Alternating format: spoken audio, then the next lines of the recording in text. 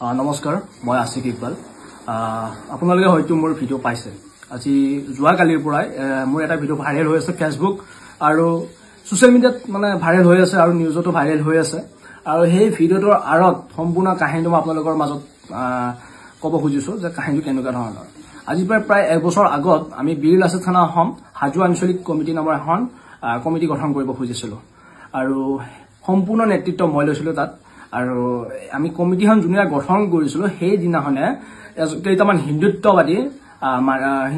নাম কোৱা কেইটামান মানুহে আহি তাত আমাক বাধা দিছিলে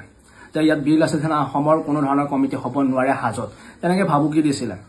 তাৰ পিছত সেই ভাবুকিৰ পিছতে আমি সেই ভাবুকি কেয়াৰ নকৰি কাৰণে আমি কমিটিখন গঠন কৰিলো কমিটিখন গঠন কৰাৰ পিছত সেই হিন্দুত্ববাদী মানুহকেইটাৰ মানে সম্পূৰ্ণ চকু পৰিছিল মোৰ তাতে তাৰ পিছতে মোক নেক্সট দিনাখনে এজনী ছোৱালীৰ লগত ফসাই দিলে মানে মই সেই দমদমা বুলি এইটুকুৰা ঠাইত মই আছিলো তাত মোৰ ভাড়া ঘৰ আছিলে থাকিলে মানে মোৰ লগৰ কেইটামানৰ লগত সেই কুলাটি নামৰ যিখন পাহাৰ আছে সেই পাহাৰখনৰ ওচৰত আমি কেইটা ফুৰিব মানে ৰাস্তা আছে তাত আমি তাত ফুৰিবলৈকে যাওঁ সদায় মাইণ্ডটো ফ্ৰেছ কৰিব আৰু লগ বন্ধুবিলাকৰ লগত যাওঁ তো তেনেকৈ ময়ো সেইদিনাখনে ফুৰিব গৈছিলো আৰু মই অকলে গৈ পালো তাত কোনো লগৰ কেইটা গৈ নাপালে তাত প্ৰথমে মই গৈ পালো তাৰ পিছত মোক মানে তাতে কেইটামান লৰাই আগুৰি কাৰণে তাত ছোৱালীৰ কেছত ফসাই দিলে আৰু তাত কোনো ধৰণৰ ছোৱালী আমি দেখিব পোৱা নাই আৰু মই কোনো ধৰণৰ ছোৱালী দেখা নাই মই তাত তাৰ পিছত তেনেকে মানুহ অলপ কি কৰিলে তাত আনিলে মানুহ থুপ খালে থোৱাৰ পিছত মানে মোক তাতে সিহঁতে ফসাই দিলে ডাইৰেক্টলি যে ই ছোৱালীক মানে বেয়া কাম কৰিব আহিছে ছোৱালীৰ লগত তাৰ পিছত কেইটামান হিন্দুত্ববাদী নেতাক মানে অৰ্থাৎ মানে টংকে ডেকা নামৰ এজন মানুহক মানে ফোন কৰাৰ পিছত টংকে ডেকাৰ লগত প্ৰায় 4-5 জন ল'ৰা আহিছে আহি কেনে মোক তাতে প্ৰথমে মাৰধৰ কৰিছে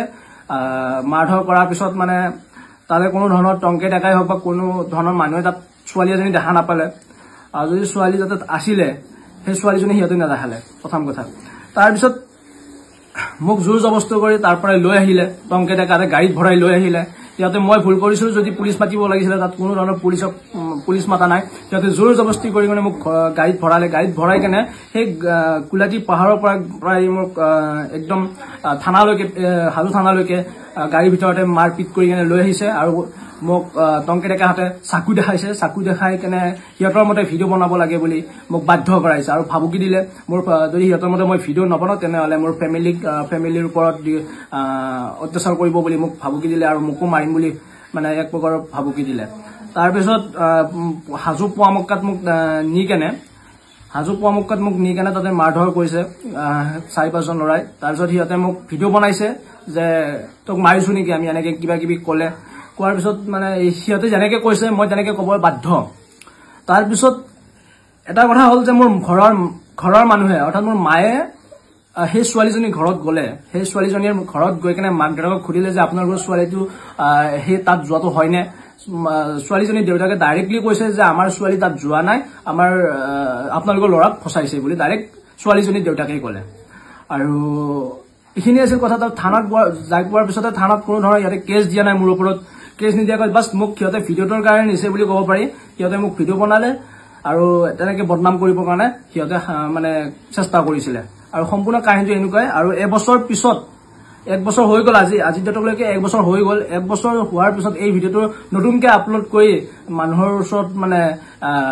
ক'ব খুজিছে যে এই ভিডিঅ'টো এই আজিৰ 2-3 দিনৰ আগৰ ভিডিঅ' বুলি তো এইটো ভিডিঅ' সম্পূৰ্ণ 1 বছৰ আগত আৰু আপোনালোকে যদি